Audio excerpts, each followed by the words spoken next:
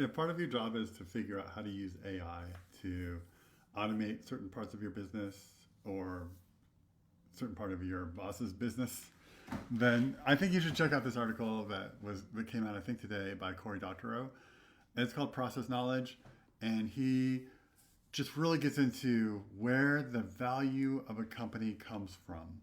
Does it come from the IP? A lot of times people think it does because IP gets sold. You can buy it and sell it. You can control it.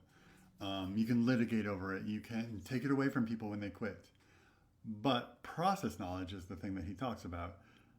You can't do any of those things. It's just the stuff that's in people's heads when they quit and they go work somewhere else. They still have all that process knowledge and they can generally use it. At one point he used the German word for it, which I'm going to try to pronounce. Fingerspitzengefühl, which means fingertip feel. It's that fingertip feel that somebody that has been working with a CNC machine for 15 years has, knowing just how far you have to push something in order to get a perfect product out the back of the CNC machine. Do they have backs? Every time. It's the way that a dishwasher at a restaurant that's just crowded as hell knows how to keep that thing loaded every minute of the shift in order to prevent a backup of people waiting for their food because there's no clean dishes, and getting angry and leaving bad reviews because of the dishwasher, who they don't even see. That's the process knowledge. You cannot sell it, you cannot protect it in court, but it is potentially the most valuable piece of any company, especially if it's done well.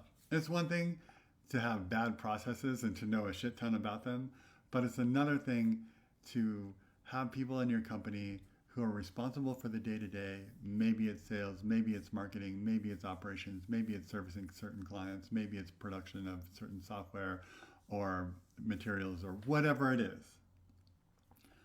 If they're good at it and they know how things run horizontally through the business and how the output of one department might affect the input of another, or how one customer's desires may impact decisions around products or services, then those are so valuable. Those people, those processes, they really are a lot of the value of your business. So if you're looking to automate something with AI, instead of just looking at like the inputs and outputs, well, what are the emails and things you look up in the wiki, and what's in the Slack channel that you pull together to make the decision, and then what's the output, what's the email that you produce, and who do you send it to? Like, you can do all that, but you might find, God, this is just not working very well.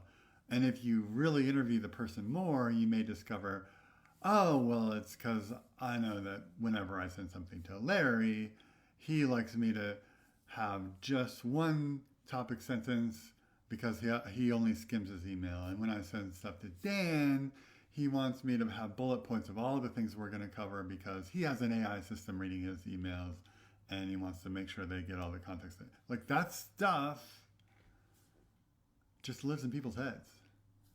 And so you have to like kind of try to discover it and know when to stop. You may discover that in order to do a job well, you're not going to be able to get enough context. I think my own personal example would be, I cannot trust an LLM to pick an Airbnb for me.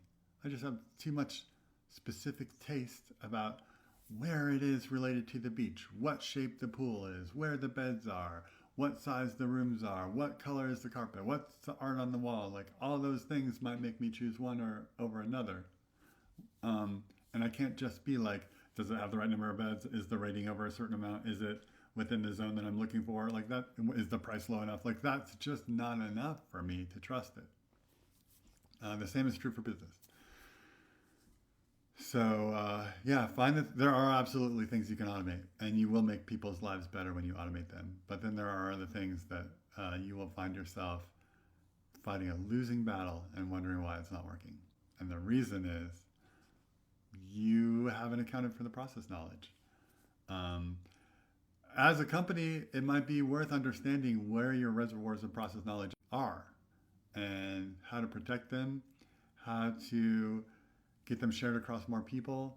Whether or not you like there are some pieces of process knowledge you might be like, oh my God, that should not be process knowledge. That should be structured in some way. So you may be able to tease some of those out.